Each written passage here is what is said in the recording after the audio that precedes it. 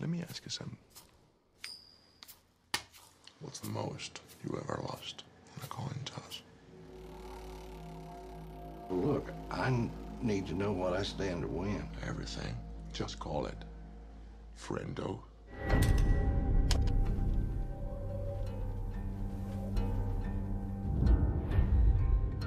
Willin, what's in the satchel? It's full of money.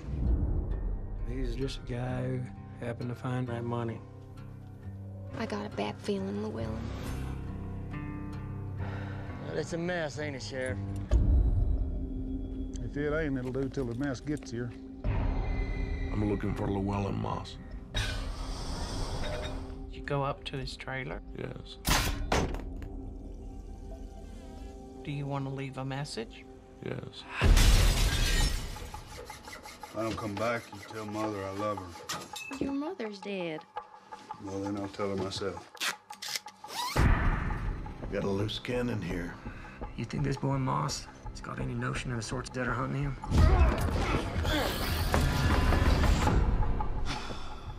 I don't know, he ought to.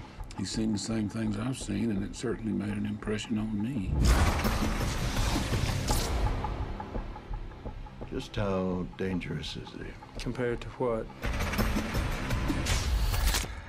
The bubonic plague? The crime you see now, it's hard to even take its measure. It's just all-out war.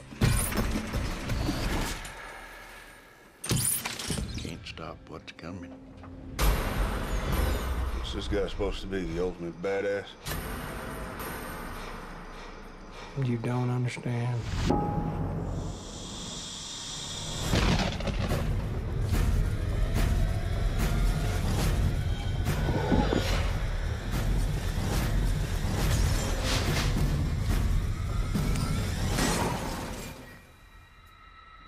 Call it. Call it.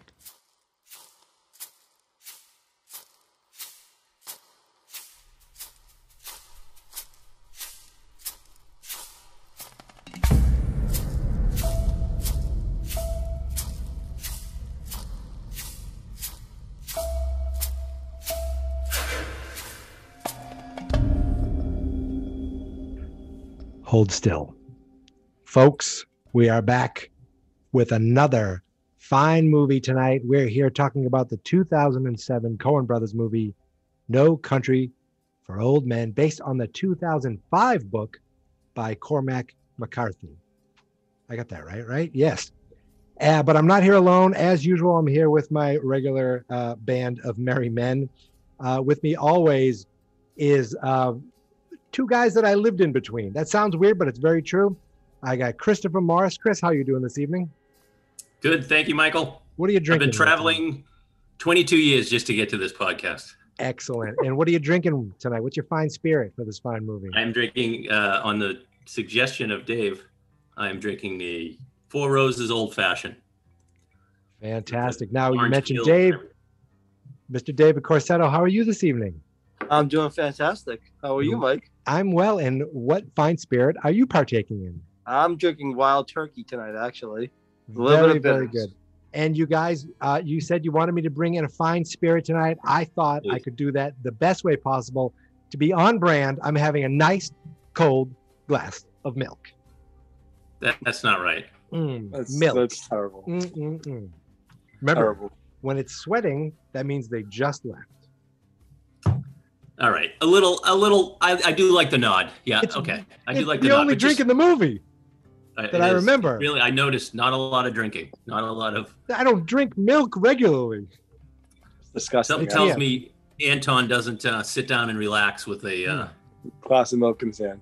With the wine, with the glass of Chablis. Let's be honest. This is almond milk. I'm gonna but it was the closest thing I could get. So I hate that. No Country for Old Men, another movie that I've seen for the first time for this podcast. But you guys have seen this movie. You saw it originally when it came out, right? I did. You did. Yeah, I saw it years ago, but I honestly, until the podcast, I thought I remembered the movie, and I really didn't, I guess, which is surprising. But I watched it 5 times this week because that's how good it was. Gets and better every and better. time it got better. So to your point, Chris, it's like a fine wine. It like just gets better with age. It's so rewatchable too. But so I first saw it when it came out. I remember seeing the trailer. It's one of the best trailers of all time. I probably sent the clip to you guys several times, but great trailer. So I saw it in Seekonk with my wife, and yeah, I loved it. Was a little thrown off originally by the last 30 minutes, kind of discombobulated a little. Sure. But with each watching, it becomes just better, like Dave said, every time you watch it. Yeah, this is one of those movies where for years I said, I need to watch this. I need to watch this during the movie month that I do. And for some reason, I never got to it. But I finally watched it for the first time yesterday and the second time today. First Okay. impressions, Mike? First impressions were like, this, is an award winner. It's critically acclaimed, and it lived up to everything. It was like, okay, I get it. Like I knew some of the just pop culture things of Javier Bardem and whatever that air gun thing he has. I've heard the friendo term before, but I didn't know I think I even forgot that Tommy Lee Jones was in this. And it just lived up to, it was just fantastic. I am a huge fan of the writing in Deadwood, how the words, the way they say the words and the words that are chosen are so specific. That's what I felt with this kind of screenplay. Everything that they said, especially Tommy Lee Jones, everything was so thought out. Perfect. I have that as one of my favorite things. I agree. Just the way, the colloquialism of Tommy Lee Jones and the way he talks, and every conversation. It's one of my favorite things about it is every conversation with him and the deputy. That deputy, Garrett Dillahunt. I wrote that down because I love Garrett Dillahunt. Everything he's in. He's been in like a bad Terminator TV show. He was in a family comedy where he played the dad. He was great. He's great in everything he does. Yeah, Like, he's excellent. I'm just proud that we made you watch two great movies back to back. So maybe this podcast check them is off the just, list. Yeah. Maybe the real theme of this podcast is like getting me to see great movies instead of the shitty ones that I like to watch. God knows there's enough movies that you haven't seen. Yeah. I thought the just for Tommy Lee Jones, the way the dialogue went, localizing that Texas drawl, he did an unbelievable job on that. The fact is, he was perfect with that dialect.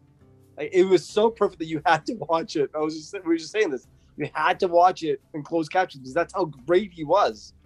Yep. Right. Yeah, I watched with closed caption the first time, just because, especially the drawls. Sometimes you don't pick up, or I don't pick up these words, and it was just the little details and how he was just perfect in that dialect. It was unbelievable. Him saying that he killed the at the beginning in the opening scene, which was beautifully shot. You get the beautiful landscape of the Western. So it's basically like a old Western theme, obviously combined with the film noir of the Coen Brothers, which it definitely shows up in this movie. But then you hear Tommy Lee over it talking about the boy that killed a girl with a T. Yeah, he killed that girl. Now, my second time viewing this, I said, "Oh, he's talking about right when they pick up Anton, that first cop. He's talking about this case. So, of course he lives. That's just telling me, oh, he survived because he's telling somebody about this. Well, yeah, but Chris, that opening scene, that the overdubbing in that opening scene was perfect. Though it captured the entire movie. I agree. He was referencing how the sheriffs of old Yep. didn't even wear guns. Right. Different time, referencing those different times, and now he can't fathom the fact that you couldn't do that job without having a gun or whatever. It's just because the times have changed so much. Yeah, but Mike, I didn't take it to be like this is what happened. Like so. I'm the first time I definitely didn't. I was nervous for him. I was too. he was nervous himself. As I was definitely as, nervous when he went back to the motel. That's Right. damn sure. Yeah. right. But yeah, when he opens up talking over about basically the old West, the old gunfighters, the old cops. It was like his father, like- his grandfather, and then it leads to this scene that I have trouble watching that every time. Yeah. Him getting into, Anton going to the prison and the guy saying, the deputy saying right before he hangs up, "I got it, Sheriff." But that's so the violence in this is, it doesn't glorify it, but it's a little stylized. You know what I mean? Like it's not too realistic. It's very bloody and it's very violent, but it's not like too. Like, there's no like music going along with it or anything. Scene. But when he was strangling that deputy though, and you saw his face as he was doing it, you were like, what the fuck is this guy capable of doing? Yeah. Close up on Anton, yeah. That poor SOB is jugular opened up or something, and you see him losing steam, and yeah. So, yeah. All right, you want to get into it? Let's do it. Let's do it. I don't know if we'll talk about our favorite scenes later on, favorite quotes. As you said, Dave, favorite characters. But yeah, so after that horrific scene with Anton killing the deputy, one thing, Tommy Lee says at the beginning, he says, it's not that I'm afraid of, it's not that I'm afraid of it. Always knew you had to be willing to die to do the job. And he said, but I don't want to push my chips and go out and meet something I don't understand. And that's when they show Anton. And yeah.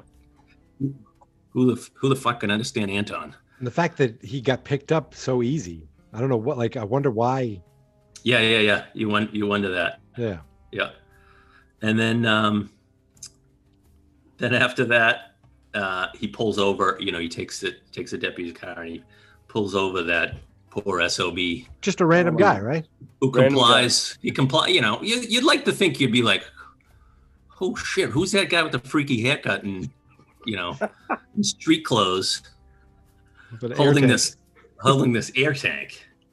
And then this is also 1980, Chris. So, they're not seeing the violence we see today. So it's a different time. And I love the way they tell you it's 1980. They don't tell you. You just you don't really know that until right. You don't need it until the coin scene, one of the coin scenes.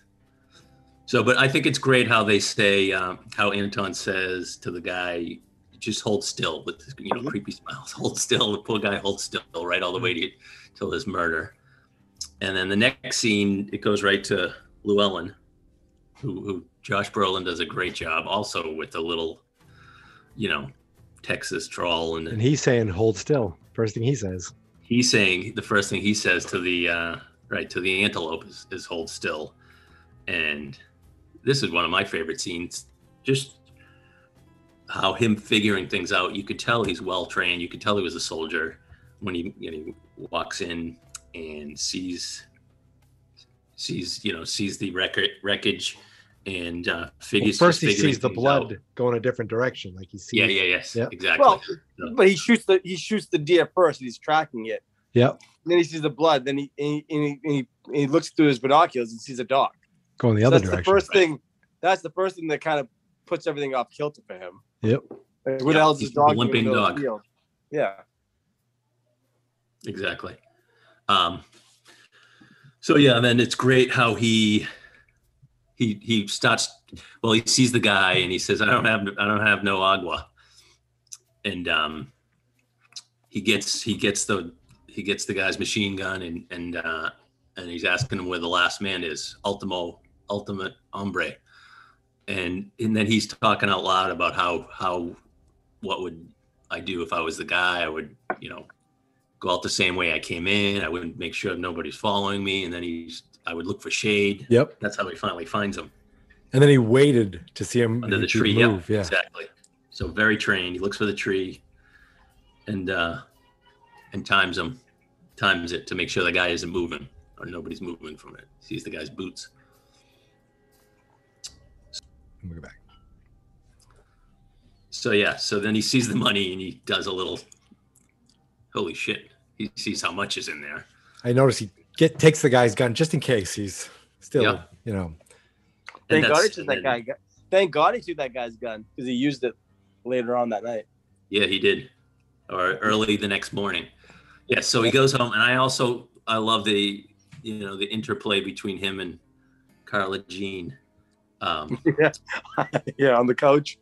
Yeah, but but I like, you know, what's in the satchel, and he's like, it's full of money. That'll be the day. Yeah. And then she said, I don't even want to know what's in the satchel. I don't want to know what you've been doing all day. And he's like, that'll work. Yeah, he's like, he and seems then like. She also says, this was a great line. He says, where did you get the pistol? I think he says. Oh, at the getting place. Says, where did you? Yeah. He says at the getting place. So, yeah. So then they go to bed, and then this is why, you know, he's good. He's, you know, a rootable character where you root for him. He wakes up in the middle of the night. One of the 2 times he wakes up in the middle of the night, realizing there's a lot of thinking at night. He feels guilty that he didn't give the guy agua. He's got a conscience. Yeah, and she says, "What are you doing? Fixing to do something dumber than hell, but I'm going to anyways."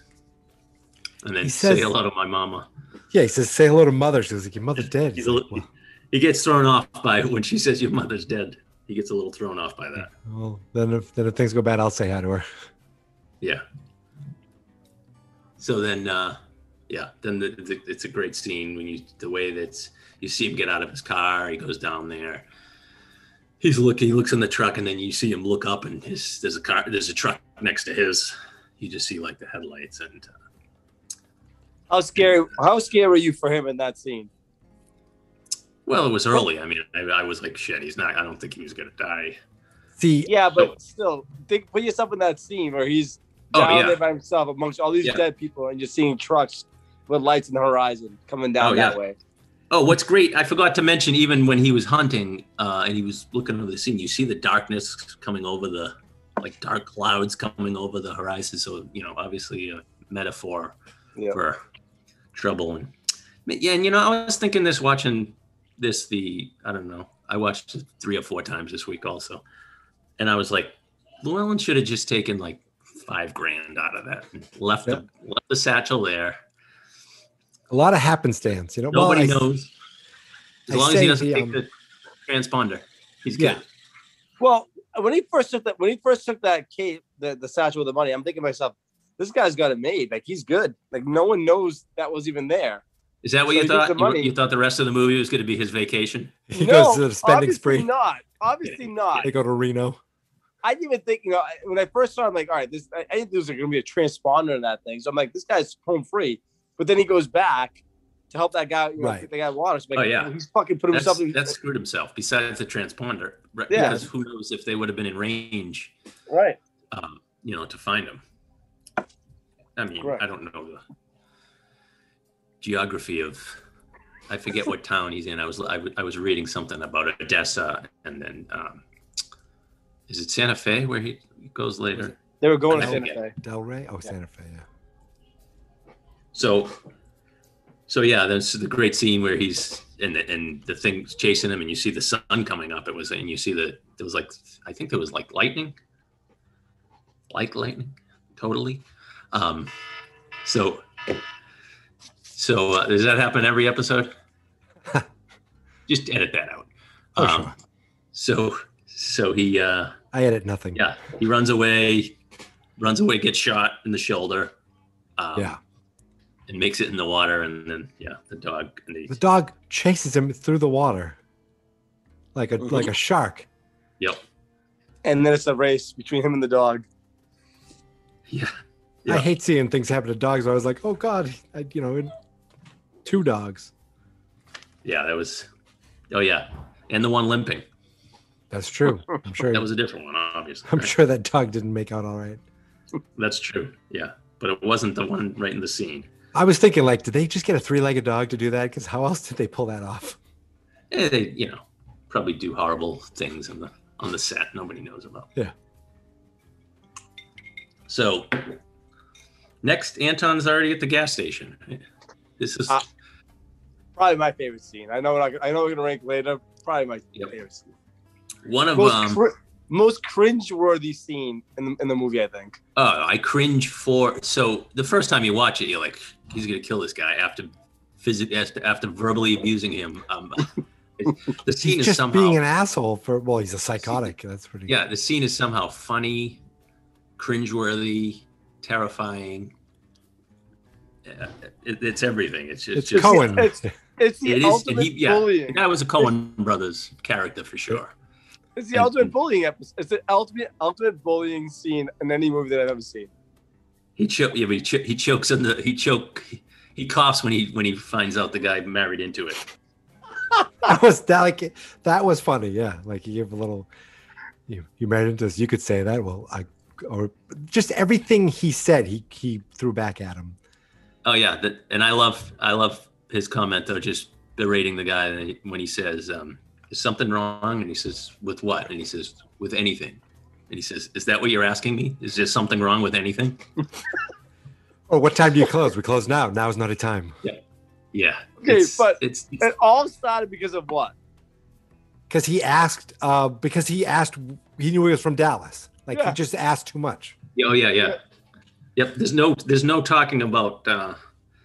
So Anton, this is a big theory on the movie about the movie, but I don't know if we should talk about this later. But Anton thinks everything is predetermined. Yeah. You know what I mean? Like anything in his way was predetermined to die. He's predetermined to get that money.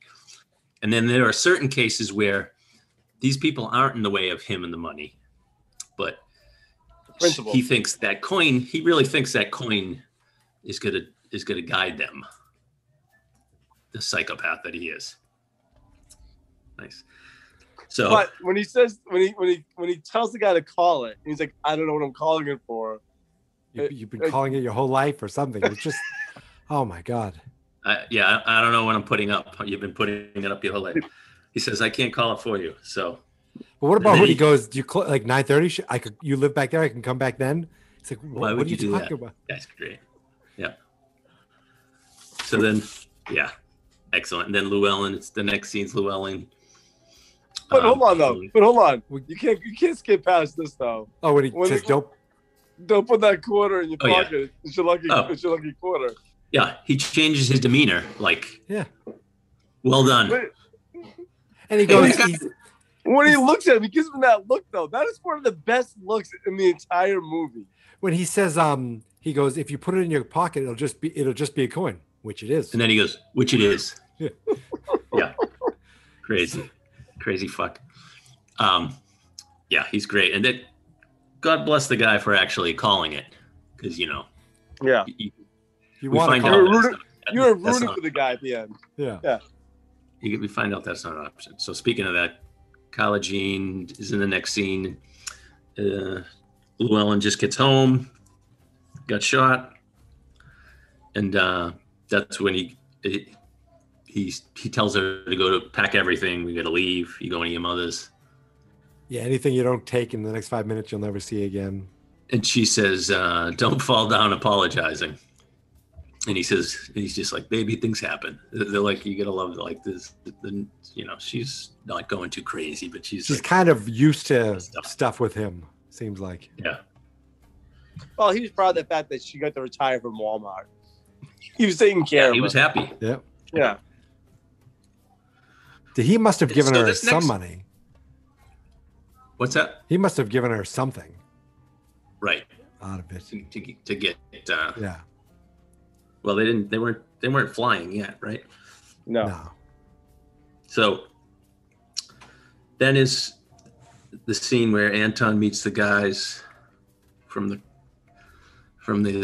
company that see, I was thinking about this and I'm not sure why he gets the VIN number for Llewellyn's truck.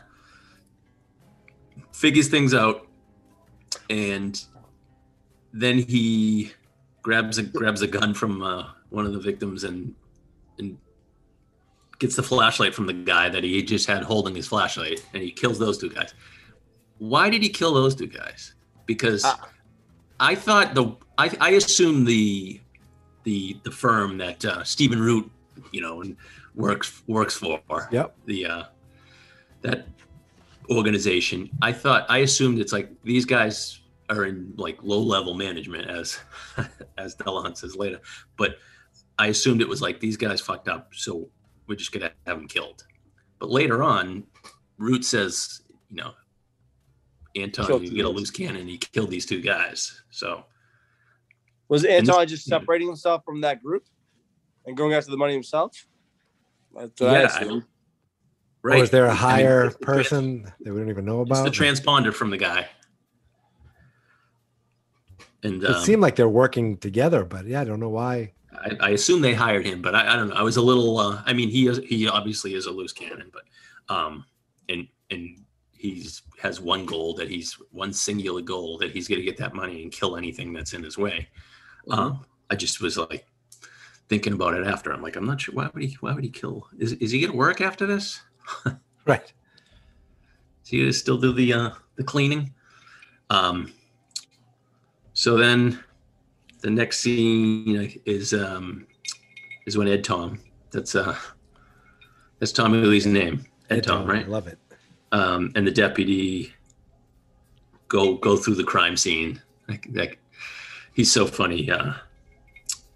Talking about to Garrett Dillahunt, he says, I think there's more than one fracas here. Yeah. He said these two guys are these fellas are in a managerial. And it was an OK Corral over here. Yeah. And then he says, it's quite a mess, Sheriff. And then he says, if it ain't, it's going to do till the mess gets here. That was just another great line that is not something people would say. It's just it's a written line. It's like, you think this is like a play. Dialogue in this is like no wasted dialogue. Yep. And it's all not like too clever. You know what I mean? Like a Soderbergh, clever. But even the monologue at the beginning, like this feels like it could have been on the stage. Maybe not the blood part, but some of the performance. Mm-hmm. Absolutely. And then the next scene is you see the lock. I think he takes out Llewellyn's lock, and that's goes through the mail. He sees the phone bill. That's what he uses. Sees Odessa. Yep. And I think this is how he finds them. I think he sees Roberto's number, or he knows. I think he goes to that other town. That's how and just happens to be driving by that motel. It's probably only has so many motels. Like the main strip. Sits there and looks at the TV that's off, and then drinks his milk. Definitely a Coen Brothers character is the woman in the office. Oh yeah. He's about to kill, I think. Until there's someone in the bathroom. I thought, well, why didn't he kill them too? She was not afraid of him, though. That's for sure. And that puzzled him. Completely puzzled him. Well, he just stared at her blankly, creepily. Where does he work? Well, he asked her 3 times, where does he work? And she was, the end, she was just completely pissed off. And then he says, did you not hear me? I ain't given, she was very professional and her grammar was tough. I was just like, oh God, don't just do what he wants. Say what he wants. Mm-hmm. Oh yeah, exactly. And then he hears something, he walks right out. And then Ed, Tom, and the deputy get there right after. He's looking at the lock. You could tell, as it's going on, he's figuring out the oxygen tank thing. Not that it doesn't, not that it does him any good, but he sits with the glass of milk too, and looks at this TV. And Delahunt was like, "Oh, we just missed him. We just missed him. Oh, I love him. Yeah. Oh, Sheriff. Yeah. Well, and then this is one of my favorite lines is when he says, you think Moss knows what sort of sons of bitches are after him? And Ed Tom says, well, he should. He's seen the same things I have, and it's certainly left an impression on me. Like you said, just great writing. Great quote. Yep. You can see this one is getting to him. Yep. Then he calls Odessa, asks for Llewellyn. Anton does, sorry. And now the next scene is when Llewellyn goes shopping the first time. This whole sequence is so entertaining, right? What's amazing is how rewatchable all this is. The part in both motel with Llewellyn, the cat and mouse game. The fact that it's so enjoyable, and anytime I see it on, I'll be watching that, and even knowing how it turns out, it's like, you're still rooting for Llewellyn. Yeah. Like there's no dialogue for a while too. Right. Yep. But so he puts the money in the exhaust, right? Yes. But why did he do that? That's the one part I didn't get. Like, why would he do that? Just to hide it, because he was going out again. Right. That's where he hides the money. So this is great. So then he comes back and he sees the Mexicans parked. The Mexicans are in his room. Yeah. Because they had a transponder too. Yeah. So he pays that guy to go take him to another hotel. But that's when he buys a shotgun, buys tent poles. Well, he needs to buy a tent. Yeah, the tent with the most poles. The one with the most poles. The most poles. Yeah. Great. And then he goes back and gets another room. He gets I love the map of the room. You know how the whole layout is. If you watch this a lot of times, it's great because you know how the whole layout is. His plan is, luckily nobody's in that room. His plan is to, with all those poles and the coat hanging, is that it cuts. It's just so entertaining seeing him making that. And then, you see. Then the next scene is him starting to, or him. Anton with the transponder when he shoots the bird, and then he's driving by. And he shoots the bird for what? Just because he's like the old Western with the villain kicks the dog or something. Yeah. So Anton goes. So the more you watch it, you realize exactly. Anton gets a room. He wants to see the layout of the rooms exactly. He wants to see how thick the walls are. He wants to see how quickly he can open the door where the light is. Okay, that's what's going on. My first thought was he opened the door, closed the door, waiting to see if anyone would pop out. Then he opened it again to see if he. Nope, this was his room. So the Mexicans were in his room. Several viewings, and I think I was confused even what Llewellyn was doing, but Llewellyn, because I'm like, they're gonna hear him. So Anton goes into this is. Extremely violent scene where he shoots the guy's hand off. He shoots the guy with the machine gun, and it's great seeing Llewellyn's face as he hears the machine gun in the next room. And luckily, he gets the satchel out and gets out of there. I like the shower curtain. He just closes it on the guy. Closes the shower. Yeah. Oh yeah. He asked the guy once, I think, "How did you know?" He figures it out because he's a methodical, very competent psycho. 1980, I guess people weren't worried about DNA, just throws the socks, leaves them there. That's funny. I thought the same thing, his barefooted. But then he's like, where would I hide the money? Because these guys didn't think to look. Where would I hide the money? That's when he goes up in the duct and he sees the tracks of So, but he must have been like, what the? Like, he had to have been like, what the hell happened? But he figured it out. He's such a competent psychopath. So apparently he just lucked upon the transponder again. What's that? Where Llewellyn jumps in, hitchhikes with that guy. Okay. Yep.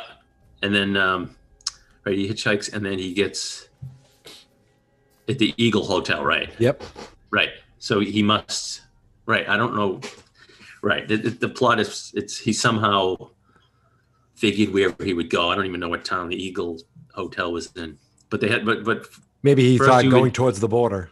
right.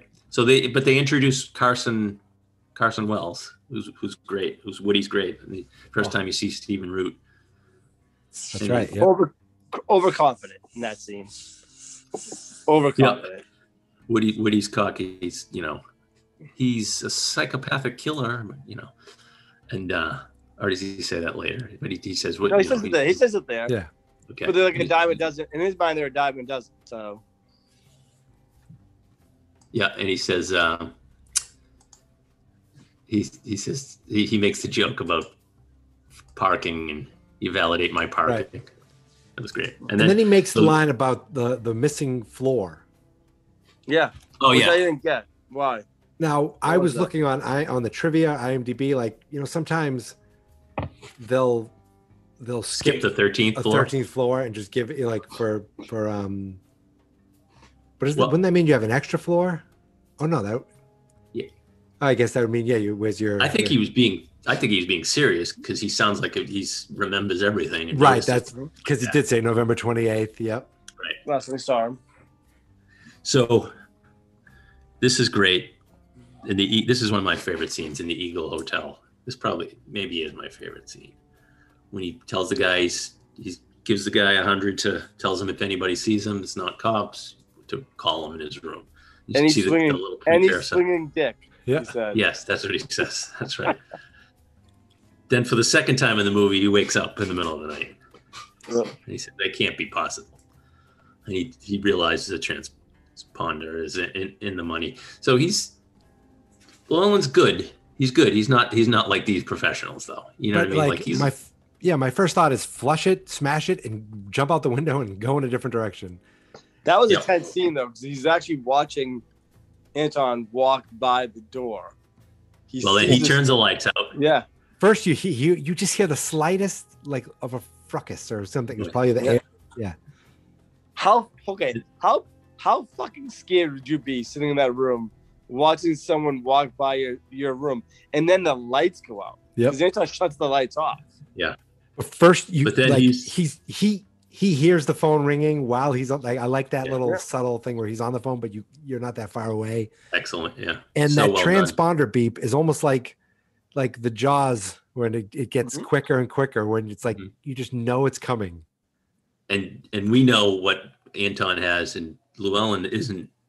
You're like, oh no, get away from the door. Get out of the path of the door. And it's so great how it just. I thought he was dead there. I thought this is how they kill him, and it's a Coen Brothers movie. Anyone could die at any time. That could have easily killed him, Yep. right? So he jumps out the window. I love how he goes around, and I think it's kind of a callback to little Coen Brothers-esque. You see the cat drinking the milk, so you know the clerk is dead. But when he goes by, I don't know if the scene in Fargo when Ned goes by the parking attendant and he sees the guy. They show from his point of view. You see the guy shot back in the parking. Steve Buscemi's character. I don't know if you remember, but you just see his point of view, and you see Llewellyn's. See the difference in this part is he doesn't see the body. He doesn't reach over and see the body, but you see what he's looking at. You see the view. So I thought it just reminded me of Fargo when he walked by. So, and then he had to get to the border. But hold on. Well, after but you know what though? shootout. But he actually got a good shot at on Anton too. Like he Yeah. actually, Yeah. he did pretty well for himself against that He did. psychopath. I mean, He I feel showed bad his, for the truck driver. Hey Well, man, I'm yeah, not he going to got him hurt you. killed. The guy's like, He- oh, you're not going to hurt me? Pff, dead. Right Head through the neck. explode. Yeah. Yeah. And then in the head. And then, that scene was intense. I love those scenes that are action without music. It's just the sound of the gunfire. The whole, that's another part of this. There was no music until the end. I think the closing credits, there's some very minimal. Like Llewellyn actually defended himself quite well, pretty much throughout this entire movie. Till Oh yeah, I mean, did. he's a soldier. He knows. he was confident in himself that he can get through this too, and I don't think he had a doubt in his mind that he could actually get through and be okay. until he met Woody's character, So yes. So then Llewellyn has to go to the border, which is, sees those guys just staring at him. Were you in an accident? Yeah. So it's kind of like the kids later on with Anton, but Yep.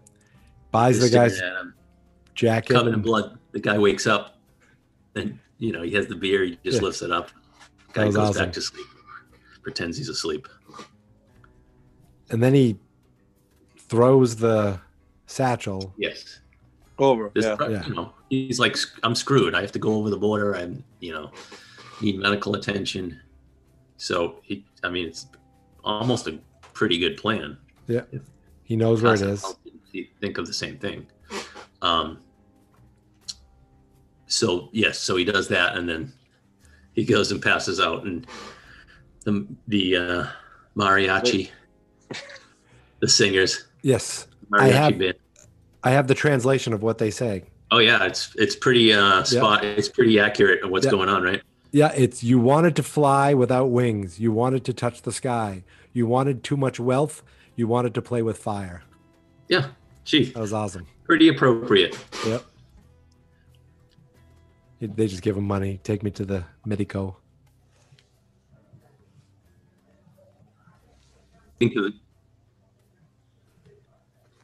So that was great. So leading to the next scene with Anton causing the diversion with the explosion at Mike's Zoss Pharmacy.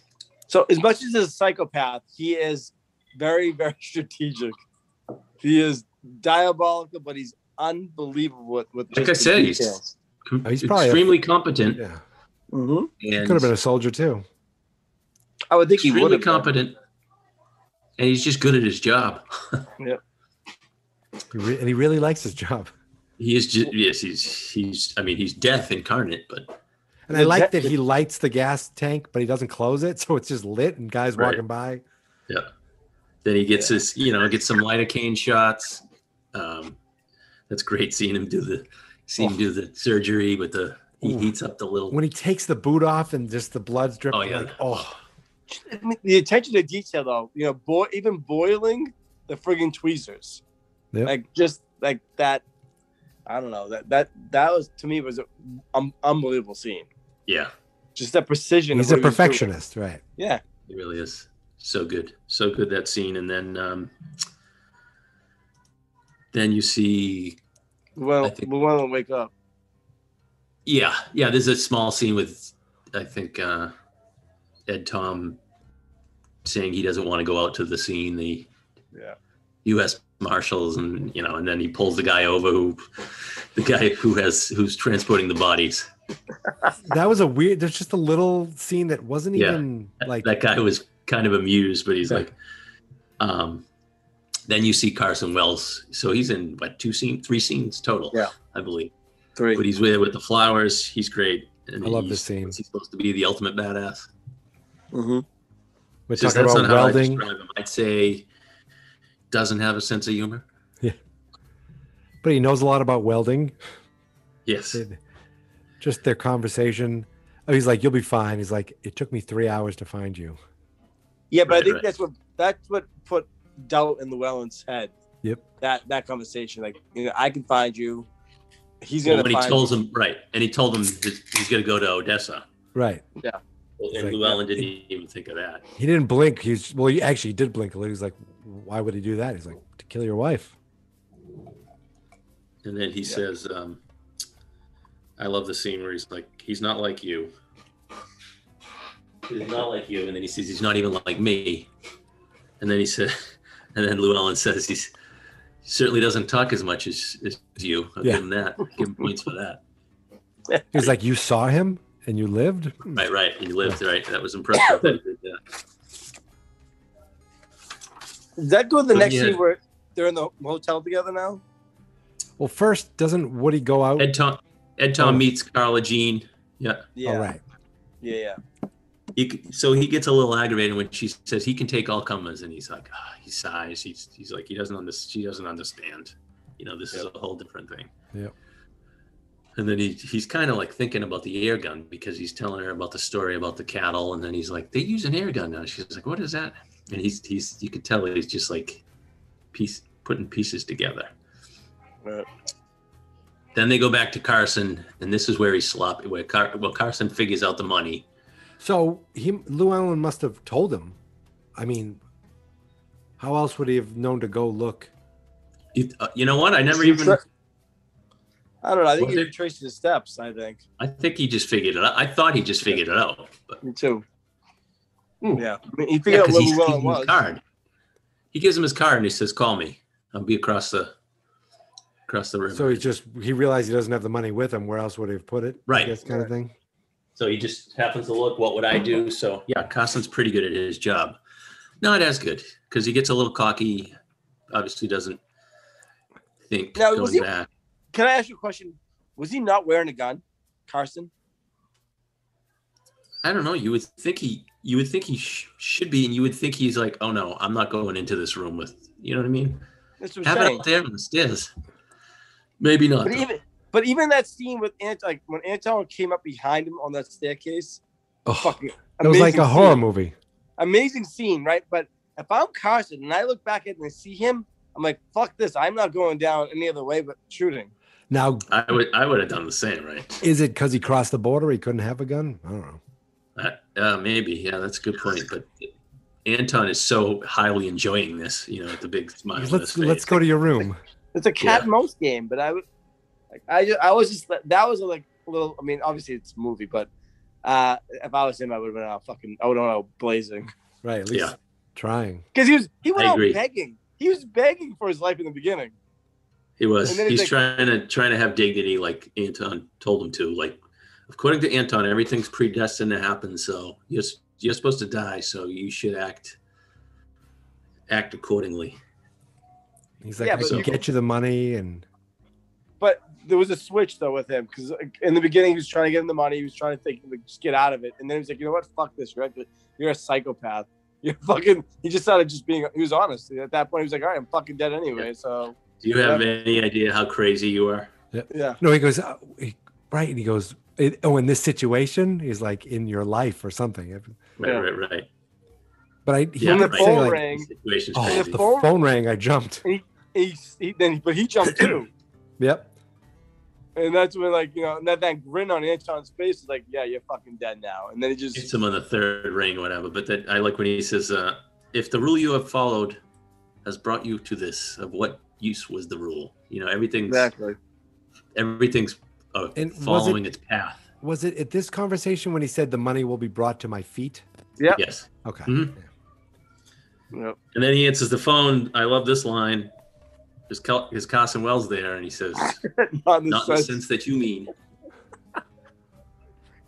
Honestly, that could be in the top. That's a top 5 scene too. 100%. I agree. Just his delivery.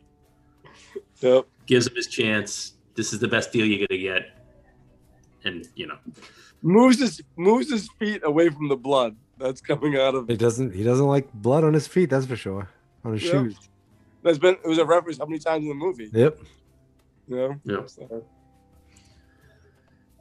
Then Ed Thomas with Wendell tells him the Mexican dies. He tells him about the lock. Ed Tom says they died of natural causes. He says, how do you figure? Right. He says natural to the business they're in, I believe, right? Yeah, to their lifestyle business, yeah. And then he tells him that story about the horror story about the old people being kidnapped, and something causes Wendell to laugh, and he looks at him, but then he goes, that's all right. I laugh myself sometimes. So good. Well, I think that's where Ed Tom is really just kind of getting to that point where he's like, all right, I can't do this. How is this changing so much? It's unrecognizable. Oh yeah, but as we find out, he doesn't. Things aren't really changing. Right. They've always been there. It's just right. It's him thinking about his impending, mortality and stuff like that. But so Llewellyn gets back, because there's a fellow Vietnam vet. That guy's great. Little hot ass. Gets him dressed, gets him back, and let's see. He goes back to the the clothing store. He's like, "How are those boots?" He's like, "Good. I need everything else." He calls Carla Jean. He wants her to fly away. Then there's a scene. Anton goes to the building and kills Stephen Root. Oh, yep. And that's the other guy said, "Are you going to kill me?" And he's like, "Depends. Do you see me?" All right. So did he kill him? Do you think he killed him, Chris? I didn't, but I thought he did. But I mean, I don't. I maybe he did a coin toss. He really should have given that guy a coin toss. Right. Because he usually kills people that he needs to, that are between him and the, well, you know, sometimes witnesses, but they all know who Anton is anyways. He killed Stephen Root because Stephen Root basically hired more people, the Mexican people, than Woody, and he says he already has the perfect tool for the job, or what the one. You need one tool. You need one good tool, right? You know, that's like a thing he firmly believes in. And then, so then, Carla Jean's mother, who's not my favorite character, a little too, almost doesn't belong in the movie. It almost felt like it was like Second City, you know, kind of like character. I thought, was this a younger woman made to look old? She was like from Raising Arizona. Yeah, there you go. It's still Coen-y, so. Yes, but she's the one who gets Llewellyn killed. Yep. Because the Mexican comes up and she says, "I've never seen a Mexican in a suit." how nice of her. Yeah.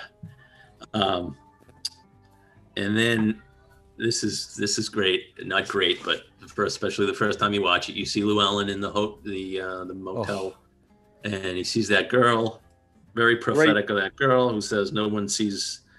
He says, "I'm looking out for what's coming." And she says, "No one ever sees that." She says that for both of them, apparently, right? Yep. And that's the last scene you see him in. It fades to black. Yep. I love how they did this looking back, because the first time I'm like, what? And then you get like the handheld point of view from Ed Tom, hectic, pulling into the motel, see the bullets, and then like kind of the theme of the movie is death is doesn't wait for anybody. It won't even give who you think is the main character the honor of dying on screen. Yep. You don't even get a close up of his face. He's like a piece of garbage. They showed, you know. At first I was like, wait, that is him. Yeah. Like, yeah. What? It was disconcerting the first time you watch it. I actually rewound and watched that scene. I knew he was dead. As soon as that happened, I knew he was dead. The first time I watched it. As soon as what happened? As soon as it faded to black, and then you saw Ed Tom driving up, and you heard the gunshots. I'm like, he's gone. Yeah, I didn't know he had bloody Mexican, but I don't think Llewellyn knew. Do you think he knew that the Mexicans were after him too, or do you think he just thought Anton was after him? Well, he might have thought. Yeah, he might have thought they were all together, kind of thing. He wasn't. Yeah, I don't know if he knew specifics, but because they were coming at all angles. So throughout the entire movie, really. And then, it's a scene where Carla Jean comes and Ed takes his hat off and looks down. He looks 100 years old. Well, actually, no. The face they show, his acting is unbelievable without saying much in this. That just the expressions. But looking down at the body, he just looks 100 years old. Mm-hmm. And it was. I noticed. Well, I read on the trivia that it was room 114, which is a reference to Hal in 2001, which I saw recently in Back to the Future too. Oh, really? There was a 114 in that. Yeah. I think the Coen Brothers do that a lot. So then he meets that other sheriff. That guy was funny, where he buys him a cup of coffee, and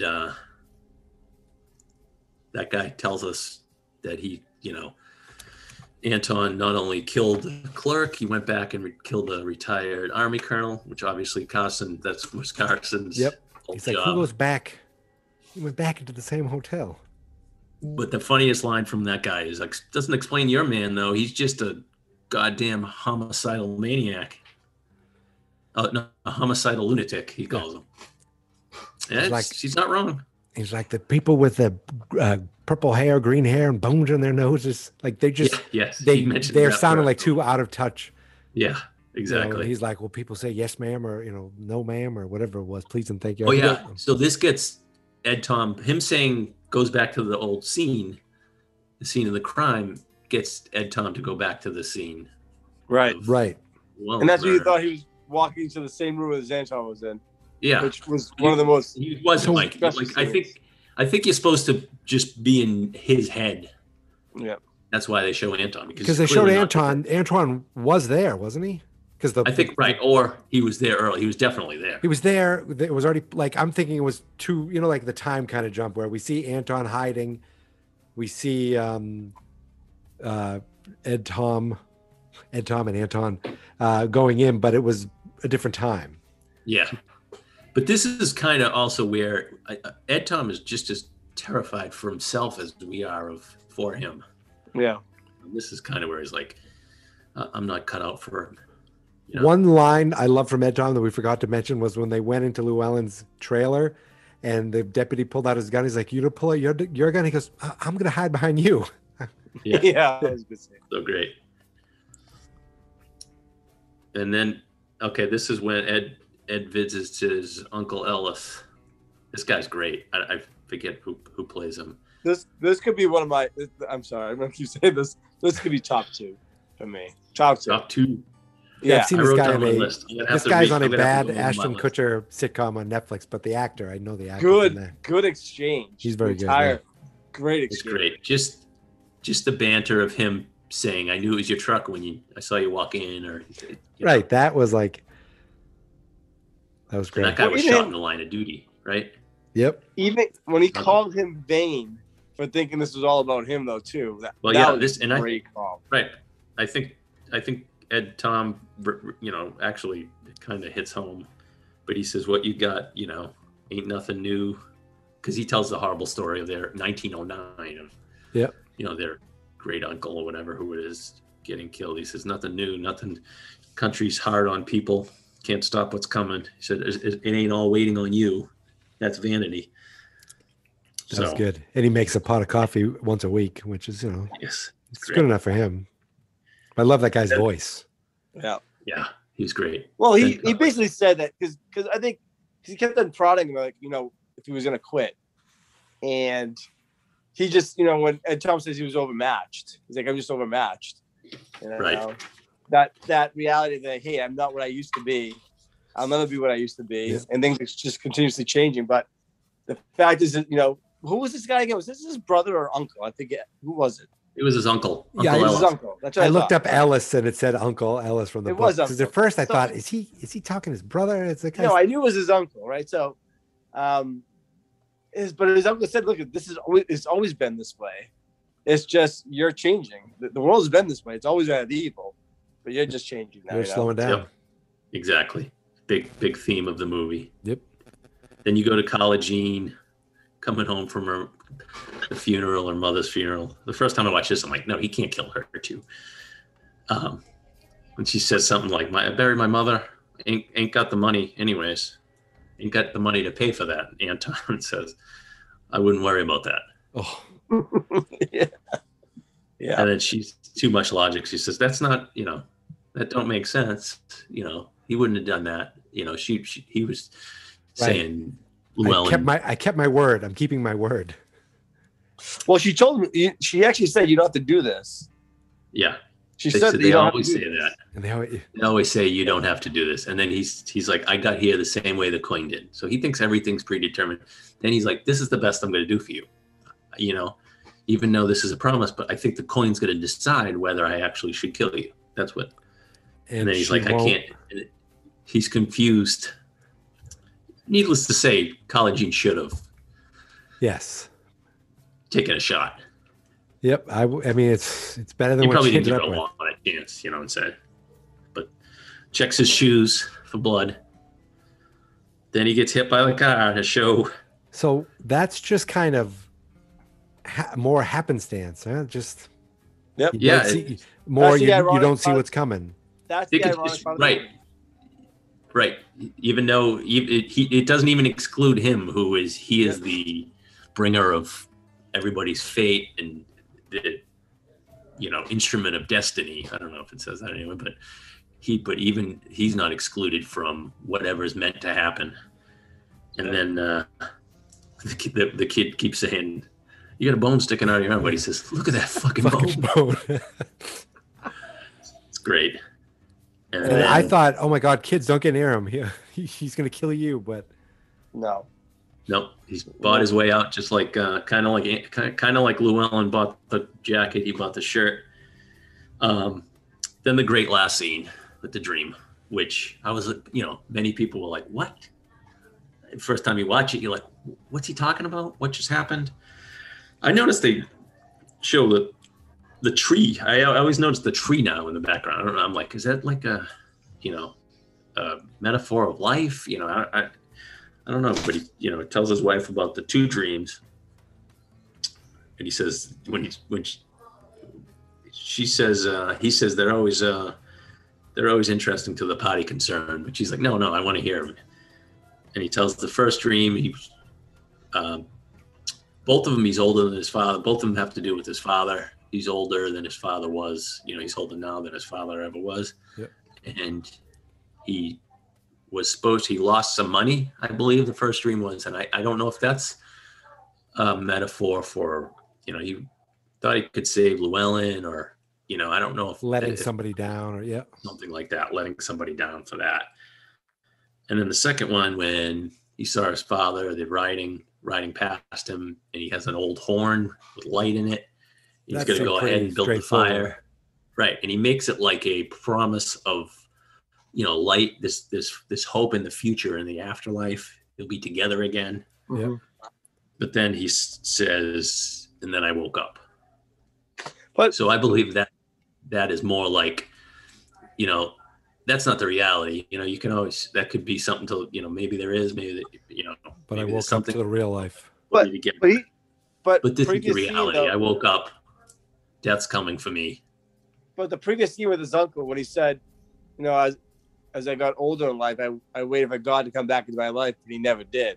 Right. And I understand why he didn't, so he's already feeling like he doesn't deserve like a chance either, for whatever reason. Yep. Very heavy stuff. I bring the heavy. Yeah, that is I loved it. I have some trivia. I have a little trivia we want to go through quickly. Sure. So the book was only 2 years old. It seems like you'd think it would be a book from the 70s or something, but it came out in 2005. According to Wikipedia, at least, that he originally wrote it as a screenplay. Then he turned it into a novel. I did not know. Then the Coens came. They adapted it to a screenplay. I read the book after they won the Oscar for it. Oh, really? Oh, see, that's it. I never read the book. It'd be a pretty quick read. Yeah, it was. I thought it was very similar. Some people said that the Coen Brothers like trimmed the fat, made every scene that they only needed. It was great. But go ahead. I'm sorry. Tommy Lee Jones, Javier Bardem, Josh Brolin, never actually appeared on screen together. Any of them. Wow. Each other. Yeah. There was a scene where they're shooting each other, but they never actually are together. Wow. Woody's with, Llewellyn and with Anton, but the three main characters never on the screen. Yes. The title of the book and the movie, No Country for Old Men, Yates. is from a William Butler Yeats poem. Yes, Sailing to Byzantium. Sure. Yep. It says the line is, "There is no country for old men." The first line or something. And the only other thing I had a question after this, but in April 2010, Paramount Pictures was forced to pay Tommy Lee Jones $15 million bonus when an arbitrator found that the lawyers for the studio made an error drafting his deal to begin with. Wow. They made an extra little chunk. That's quite an error. But I had a question. We didn't touch upon this. What was the chicken truck for? What was a chicken truck for? What was the chicken truck for? So he's on the side of the guy. road. The guy shows up with the chickens, and he That poor guy. wants to get the jumper cables. He's asking about the airport. That's what I think he's trying to get information about the airport. I think he just wanted the chickens out of the truck. But he took the truck, killed the guy, took the chickens, took the he truck. just wanted the truck. I'm thinking, was he going to pile all the Mexicans into the trunk like that truck we saw earlier in the movie? I didn't like. He went to a car wash. I was like, "Ooh, this is gonna come in," and then we never saw it again. So I was just. What, did he go to the airport or something? Well, he asked, "Where would you go? Airstrip or airport?" He's like, "Airport." Right. And So I think he probably had to go to the airport. And he couldn't do it with a. What's I that? wasn't sure if he was making small talk or if he was like he wants to meet. He was going to try to find his wife and mother-in-law. Yeah, it's a good question. And then he went to a car wash, cleaned out cleaned out all the feathers. Per se. I think we got to most of my quotes too. I think we nailed it. I think Dave, you were talking about your favorite characters. a tough one. Tommy Lee Jones. So I think my favorite character would probably be Anton. See, that is just so because he was ridiculous. I mean, yes, he was a psychopath, but he was super intelligent, very strategic in his approach. Just I mean, unbelievable. If by favorite every moment, the humor, some of the dialogue, the humor, just unbelievable. You could actually that relax. Scene at the gas station. The gas station scene is my favorite scene. Yep. Just because of the exchange. That I have whole, that written down as one of my top few. But if by favorite you mean never wanted someone else, a character to die more than you wanted Anton to, then he was great. Anyone else on screen you could relax, but when he was on screen, anytime it was tense and it was like, oh my god. Bardem almost didn't do it because it was too violent. So he says, I don't like violence. I can't drive a car and I can barely speak English. And the Coen's like, right. That's perfect. Right. Yeah. And they're like, we'll teach you all of that. And then, he wins the Oscar. But, okay, when he said, you married into this, I was laughing my ass. He almost like choked on whatever. He was like so disgusted that he married into this. Like, what the? Oh, this is perfect. This is awesome. I'll come back later on and kill you. Unbelievable scene. Yeah, the coin toss is one of my favorite scenes. The first motel where Anton, I love that whole sequence of Llewellyn. I mean, going to the motel, and then going to the sporting goods stores, and I love, it's just getting the shotgun, getting the shotgun and seeing what he did, and then going to the second, the best scene is at the Eagle Hotel, where they have the shootout. Never in the same scene, but. See, I think I go up to the deeper scenes. Like, I love, my second favorite is between Ed Tom and his uncle. Like, I think we all start to relate to that when you get to a certain age. You're like, okay, life is definitely passing you by a little bit. Yeah, the world is changing. You're not changing as fast as the world is. So I relate to that type of stuff. This is a great. Well, scene. I think it's even one of my favorite scenes I've mentioned is Wendell and Ed Tom just going through riding the horses. I forgot to mention that he wouldn't let he let him ride Winston, who was his own horse. He's like, you sure? He's he wouldn't let him ride his wife. He said, I thought he rode his wife's horse. I thought he made him ride his wife's horse because he said, if anything happens, I don't want to be the one that's on him. That's what I thought he was saying. Right, but I think his horse was Winston. Oh, okay. Because he says. Let me ask you this question, real quick. Let me ask this question. So when he was talking with his uncle at the towards the end, and he was talking about his other uncle that died in that shootout, right? Mm-hmm. Right. Why was he so? 1909. Yeah. Why was he so curious to see if his uncle died right when it happened, or did he suffer? Or curious about death and getting shot. Probably just thinking about death, thinking about how bad his death was. Yeah. Because he definitely he really paused on that to find out what the outcome was. Well, the fact that he couldn't save Llewellyn, that's how he knew he was getting too old, but also he's coming to grips of his own mortality. And, right. Yeah, pretty bleak, kind of a bleak ending. Even if you think you have a little hope, but then I think when he says, and then I woke up, meaning that's coming back for to everybody. reality. Yeah. So excellent movie. Excellent movie. In 2008 at the Academy Awards, it actually was nominated for 8 awards, winning 4 of them. It was nominated for the ones that didn't win: sound editing, sound mixing, cinematography. Roger Deakins, who was just like a legend. It was unbelievable. Yep. And film Tommy Lee editing. didn't win. Tommy Lee, I don't even see him being nominated. I think he was nominated. I don't know. That's what I would have thought. Was Josh Brolin? Was Josh? No, the only one it says the only acting nomination I see is for Javier Bardem. Best picture, best director, best picture, best directing, adapted best screenplay, and supporting. It was up for best editor. The editor Roderick Janes, which is actually Ethan and Joel Coen. That's just the pseudonym they use. Oh, really? Editor. Yeah. They do a good job, those boys. Yeah, and as it says, best motion picture, the producers. So that's Joel Coen, Ethan Coen, and Scott Rudin. If you Google Scott Rudin today, you'll see. Oh, yeah, no. That's a very interesting name. Just he's another one of those Miramax guys that are in little doo-doo right now. Quite a club they had. Yeah, right. When I saw Miramax, I was like, oh yeah. Excellent. Not to switch gears, but like Josh's character, Llewellyn. Loved him. Oh yeah, so lovable. Great character, Yep. unbelievable character, but such fucking bad luck. I know. Think about it. Like just going out hunting and then find himself in a world of fucking shit. They were like, Well, it was luck, like, but I mean, yeah.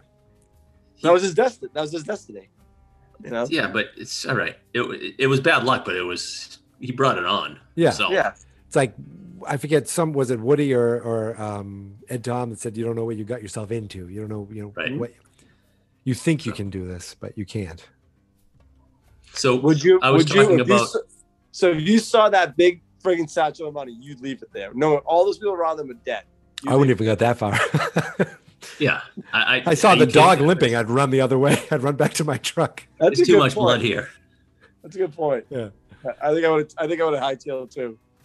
So the way I described this movie, my buddy was saying, oh, when I told him we would be doing this, he said, it's not my favorite Coen Brothers movie. And he said, The Big Lebowski. And I said, my favorite might even be Miller's Crossing. I just, not a lot of people, but I just love that movie. And I said, but this is, in my opinion, this is their best. It's like a work. I mean, it is entertaining, but I'm like, it's like a work of art. It's really like a piece of art, which is so well done, so well shot, so well written, so well acted. So I give it a thumbs up. It's a bleak movie, right? But what? Yeah. It's a very bleak movie. But why do you feel comfort watching? I feel comfort watching it. Right. Because the characters are so the likable characters are so likable. Even just like the deputy, just kind of he's a little funny, just a little nervous. Yeah, and they're relatable. They're relatable. I think Ed Tom is so relatable. He's so relaxed. I don't think he ever raises his voice the entire movie. Yeah. Not many people do in this one. Excellent.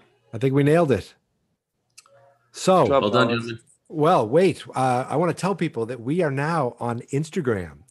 If you are on Instagram, you can find us at Fine Movies, Fine Spirits, all one word. And of course, we're on Twitter at Fine_movies. And you can, every time we have an episode, we post there. So if you don't subscribe to us, like the cool kids, you can always just find us on any of those social media outlets. We nailed it. We did it. We found another fine movie. I don't have a sign off that day. We talk about great movies while drinking. We talk about great movies while drinking. Yeah, we talk about great movies while drinking. And we feel fine.